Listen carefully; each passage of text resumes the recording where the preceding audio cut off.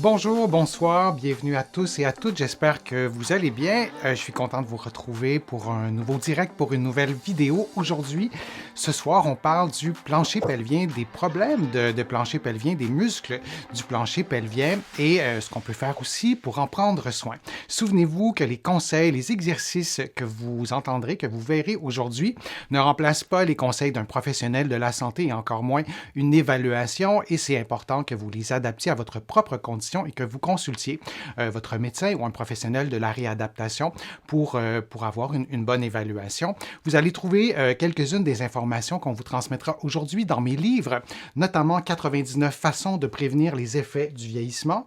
Et aussi, c'est normal à votre âge, argument musclé pour prendre votre santé en main. Vous allez trouver mes livres un peu partout ici au Canada, mais aussi de l'autre côté de l'Atlantique à la librairie du Québec à Paris. Et vous trouverez également des informations sur l'incontinence, sur les fuites urinaires dans ma chronique du magazine Châtelaine. Je vous mets le lien dans la description de la vidéo. Je suis vraiment très content de faire ce direct parce que j'ai une invitée avec moi et je vous la présente tout de suite. C'est Chantal Dumoulin qui est une collègue. Bonjour Chantal, ça va bien? Bonjour. Chantal, tu es physiothérapeute, tu as un doctorat, tu travailles de différentes façons à différents endroits. Tu as formé beaucoup aussi de professionnels de la réadaptation ici au Québec, mais de l'autre côté de l'Atlantique. Donc, parle-nous un peu de ce que tu fais, notamment à l'Université de Montréal, si tu es d'accord. Oui. Alors, merci, Denis. Je suis professeure à l'École de réadaptation et je dirige le programme de second cycle en rééducation périnéale et pelvienne. Ça veut dire que je forme les physiothérapeutes qui pratiquent auprès de la clientèle qui a des problématiques du plancher pelvien. Et tu as fondé aussi un laboratoire de recherche, n'est-ce pas? Oui, tout à fait. Alors, au centre de recherche de l'Institut universitaire de gériatrie de Montréal, je dirige le laboratoire incontinence et vieillissement, où on fait de la recherche pour la santé des femmes et en lien avec le vieillissement, là. Quand le plancher pelvien se dérègle, si on parle des dysfonctionnements du plancher pelvien, notamment de l'incontinence, alors Chantal, on va aborder ce sujet-là il y a vraiment il y a eu beaucoup de questions sur tout ça, puis je pense que ça va être intéressant de démêler peut-être certains problèmes de santé ou certains problèmes spécifiques au plancher pelvien. Donc, je te cède la parole pour nous parler du cystocèle.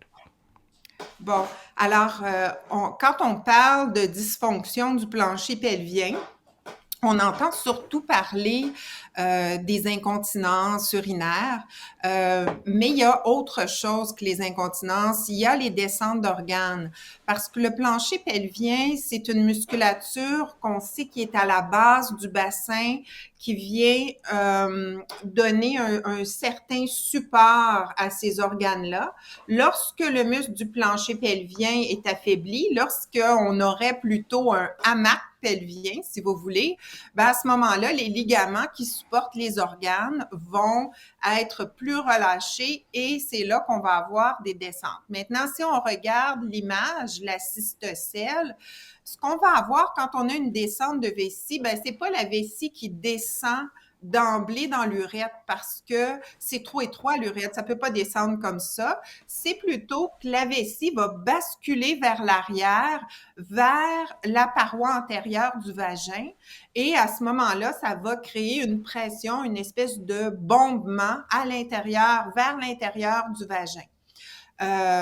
En faisant ça, comme vous voyez dans l'image, l'urine va se ramasser dans une espèce de petite pochette et la femme va avoir de la difficulté à bien vider sa vessie. Donc ça, c'est une chose, mais aussi, elle pourrait sentir ce renflement-là là, dans son vagin. Elle pourrait sentir une sensation de lourdeur, de présence, comme si elle a un tampon mal placé dans le vagin. Alors, tout ça étant relié avec là, une descente de la vessie, une bascule de la vessie vers la paroi antérieure du vagin. Et est-ce qu'il y a des moments où on a des symptômes vraiment très légers, mais on ne fait pas le lien avec cette descente ou les patientes que tu vois, il y a il y a déjà une sensibilisation qui a été faite ou parfois c'est plutôt l'inverse, les patientes consultent peut-être un peu trop tard parce qu'elles sous-estimaient ces symptômes-là? Au niveau des descentes d'organes, comme par exemple la descente de vessie, il y a différents niveaux, bien sûr, hein. Une légère descente, un léger bombement qui reste à l'intérieur de la cavité vaginale sera pas nécessairement perçu par la femme, sinon que d'avoir une sensation de lourdeur, de pesanteur et surtout en fin de journée, surtout quand on est debout depuis longtemps, ou peut-être quand on a levé des charges, on a fait des choses comme ça. Plus la descente va être grande, hein. Par exemple, si la descente est au niveau de la vulve, là, si vraiment c'est très basculé, c'est au niveau de la vulve, puis même si c'est à l'extérieur complètement, si le bombement est complet, ben à ce moment-là, c'est bien certain là, que la personne va consulter parce qu'elle va bien se demander qu'est-ce que Mhm. c'est que cette bosse-là qu'elle remarque. Mais généralement, à la mi-vagin, là, quand c'est vraiment une descente vers la mi-vagin, c'est plus là que les dames vont s'en rendre compte. Puis il faut pas hésiter, il faut consulter parce que c'est à ce moment-là où il y a encore des choses à faire. Parce que à ce moment-là, on pourrait, en renforçant le plancher pelvien, ben mieux supporter les organes, donc mieux supporter la vessie et réduire cette sensation-là. Mais ça, c'est Alors, intéressant. Je m'excuse d'interrompre, parce que c'est intéressant parce qu'on ne l'entend pas si souvent que ça, qu'une rééducation faite, j'allais dire en amont, mais en tout cas avant que ce soit encore plus avancé, ben là, il y a un potentiel de rééducation en activant, en réveillant, en stimulant la musculature, n'est-ce pas? il y a de plus en plus de preuves scientifiques à cet effet-là. Il y a des données qui nous disent qu'en faisant une rééducation chez une femme qui a des symptômes légers à modérés de descente d'organes, on réussit à réduire les symptômes suffisamment pour que la patiente n'ait pas besoin de chirurgie puis n'ait pas besoin de Hmm. consulter pour autre chose. Donc, je pense que ça, c'est intéressant. D'un autre côté, on commence également à avoir des évidences qui supportent le fait de faire les exercices du plancher pelvien en prévention. Alors, chez Hmm. des femmes là, qui sont autour de la ménopause, parce que c'est vraiment à cette période-là qu'on va avoir un certain affaiblissement du plancher pelvien, des fois une augmentation de poids. Donc, c'est vraiment un bon moment pour travailler ces muscles. Et si on regarde dans le long terme, si on les a fait autour de la périménopause, puis on regarde 1 an, 2 ans plus tard, ben celles qui les ont fait de façon préventive, la prévalence des prolapsus est moins grande. D'accord. Si on continue, pardon, vas-y, Chantal, je t'ai interrompu. J'allais juste dire ici, on voit l'hystérocèle ou la descente d'utérus. Cette fois-ci, c'est l'utérus tout simplement qui descend dans la cavité vaginale. Donc, vous pouvez voir là qui semble descendre. On va avoir encore une fois pour la femme des mêmes symptômes. C'est difficile là, pour la femme de différencier entre vessie ou utérus, si ce n'est qu'elle va peut-être avoir plus de difficultés à uriner si c'est une descente de vessie. Donc, même chose, sensation de lourdeur. Et encore une fois, en faisant des exercices du plancher pelvien, on peut réussir à prévenir ou à corriger des descentes légères à modérées. C'est quand même majeur comme information. Je sais qu'il y en a plusieurs là, qui sont impatients et patientes de voir des exercices, mais c'est important aussi de les mettre en contexte des exercices parce qu'on ne fait pas juste des exercices pour faire des exercices. Donc, ce que tu nous dis là, Chantal, en fait, ce sont d'excellentes nouvelles. Si on continue aussi avec on a une troisième diapo, toujours dans la même suite logique, si je puis dire. Alors, on a un troisième organe pelvien. Alors, on voit le rectum ici et on voit le rectocèle. Cette fois-ci, le rectum va basculer vers la paroi postérieure du vagin parce qu'il est derrière le vagin. Alors, on peut voir que ça va créer également une petite pochette. Et cette pochette-là, si elle est remplie de sel, ben ça va être beaucoup plus difficile pour la personne d'évacuer ses selles. Même à l'occasion, on va voir des femmes qui vont devoir mettre un doigt à l'intérieur de la cavité vaginale, pousser sur la paroi postérieure pour que cette petite pochette-là se repositionne pour pouvoir évacuer ces selles. Donc, c'est la même chose. Plus c'est léger comme descente, plus les symptômes peuvent être contrôlés. Peut-être ici, à la différence qu'on va aussi essayer de contrôler tout ce qui est constipation. On va essayer de contrôler aussi là, la fréquence des selles pour éviter que cette pochette-là là, prenne de l'ampleur. Là. Et il y avait vraiment beaucoup de questions sur les liens. En fait, les gens se posaient la question, est-ce qu'il y a un lien avec la constipation et le plancher pelvien? Évidemment, la réponse, c'est oui, et de le voir comme ça, de voir les complications qu'il peut y avoir, c'est intéressant et ça nous permet aussi peut-être de mieux comprendre les exercices qu'on fera et peut-être aussi de mieux se motiver à le faire. On voit ici toujours l'image transversale ou qu'on a aussi en vidéo. Donc, quand on rééduque la musculature, ce que tu nous disais, Chantal, en le faisant de la bonne façon dans un contexte thérapeutique où ça a été évalué, ben, on peut contribuer à améliorer notre situation. Exactement, on va bien aider à fermer les orifices. Et sur la dernière image, tu avais l'incontinence fécale. Hein? Il y avait des selles qui étaient, ou l'image avant, Ouais, ouais, excuse-moi. c'est bon. Mais en fait, ce que je voulais dire là-dessus, oui, tu l'as ici, c'est que l'incontinence fécale ou l'incontinence anale, en fait, de gaz ou de sel, hein, on a aussi des gens qui ont des incontinences de gaz. C'est très problématique quand on a c'est très gênant quand on a des incontinences de gaz. Ça aussi, c'est moins fréquent que les incontinences urinaires, moins fréquent que les prolapsus, mais ça arrive et encore une fois, avec les exercices, on peut réussir à contrôler. C'est très tabou aussi, hein, les problématiques au niveau anal. Donc, souvent, les gens n'osent pas consulter pour ces problématiques-là. Il y a une gêne. Donc, il faut le faire parce qu'il y a des choses à faire pour ça. Oui, tu fais bien de le dire, c'est très tabou, puis je suis certain qu'il y a des gens en ce moment qui nous écoutent, qui n'ont jamais consulté, qui se reconnaissent. L'avantage de YouTube, c'est qu'il y a une anonymat qui est là. Alors, tant mieux si ton intervention, Chantal, peut sensibiliser des gens aussi à l'intention de prendre soin de soi et de consulter pour pouvoir corriger ou minimiser ces problèmes-là. C'est vraiment important d'en parler. Tu voulais aussi nous parler de la douleur pelvienne. On parlait de système nerveux tout à l'heure. Donc, c'est une région, évidemment, qui est innervée, donc qui peut aussi être aux prises avec de la douleur. Donc, tu peux nous dire quelques mots sur la douleur pelvienne. C'est un grand sujet en soi, mais... Oui, tout à fait. Alors, on a parlé depuis le début là, de cette capsule des mots qui se retrouvaient avec un affaiblissement du plancher pelvien, hein, que ce soit les incontinences, que ce soit les descentes d'organes. Maintenant, il est possible également que le muscle soit trop tendu. Mhm. Alors, le muscle, s'il est trop tendu, ben, ça peut causer des douleurs périnéales.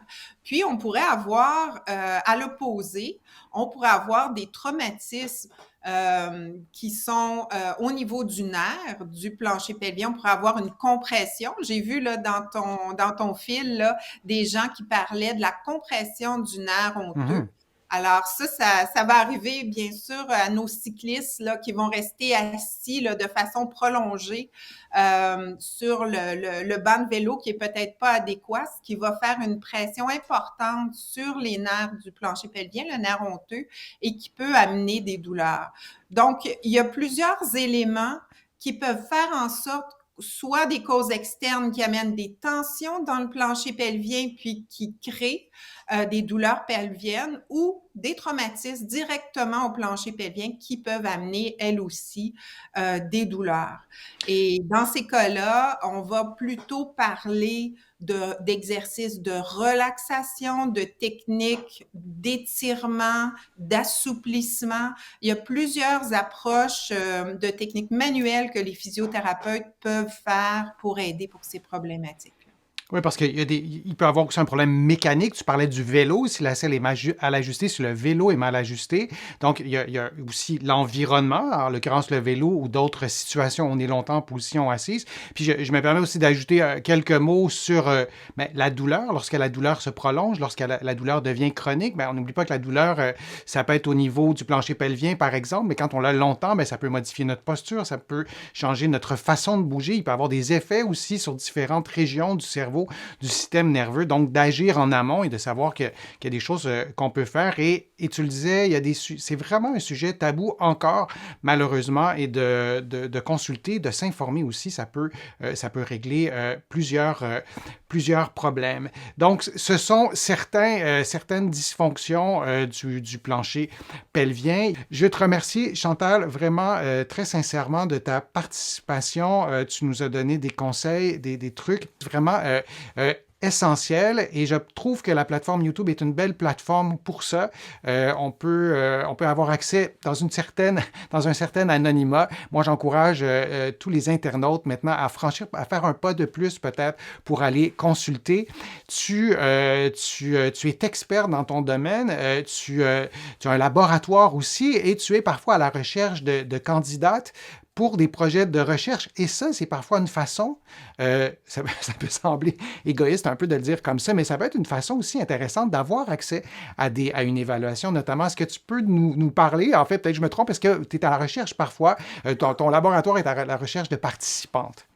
Oui, tout à fait. Alors, on a plusieurs projets de recherche actuellement qui sont en cours, entre autres des projets de recherche sur l'incontinence urinaire d'effort, l'incontinence urinaire d'urgence chez la femme.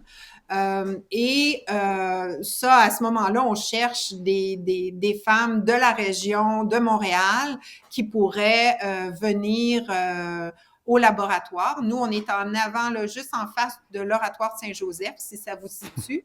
Donc, c'est quand même assez central à Montréal. Donc, celles qui seraient intéressées, on a actuellement des projets de recherche. Puis, effectivement, dans ces projets-là, on évalue des traitements de conservateurs, des traitements de réadaptation. Donc, ça vous donne l'occasion d'avoir une évaluation et une intervention en réadaptation. On est en train de monter des projets de télé-réadaptation et des projets également d'une application mobile qui est tout prête et qui va être testée prochainement. Donc, si on a des gens qui viennent un peu de l'extérieur, mais qui sont intéressés peut-être à en savoir plus sur la télé-réadaptation, donc vous pouvez être même très loin de chez nous, puis vous pouvez le faire, ou l'application mobile aussi, ça peut se faire de l'extérieur. Bien, écrivez-nous. Je pense que, Denis, tu vas mettre les coordonnées du laboratoire, puis les gens pourront... Exactement. Je vais mettre les liens et je vais les mettre à jour aussi s'il y a des nouvelles. Si vous avez des nouveaux projets et vous recherchez des participantes. Et je répète, toi, tu as ces projets de recherche-là et il y en a certainement dans votre coin de la francophonie, peu importe dans quel pays vous êtes. On oublie ce côté-là, ce petit truc-là, cette astuce-là pour pouvoir avoir accès à des soins.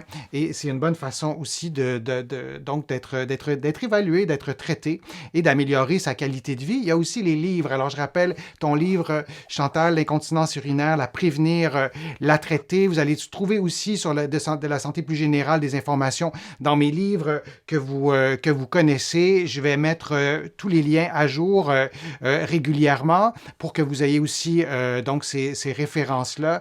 Merci encore vraiment à tous et à toutes d'avoir participé en si grand nombre. Vous avez été vraiment très, très nombreux. Chantal, toi, tu ne vois pas les commentaires avec la petite technologie qu'on a, mais il y a vraiment beaucoup, beaucoup de gens qui te remercient de ta participation, tes conseils, ton expertise a été fort utile, fort appréciée. Merci beaucoup, Chantal, et merci à tous et à toutes, et on se revoit pour un prochain direct, pour une prochaine vidéo. À bientôt.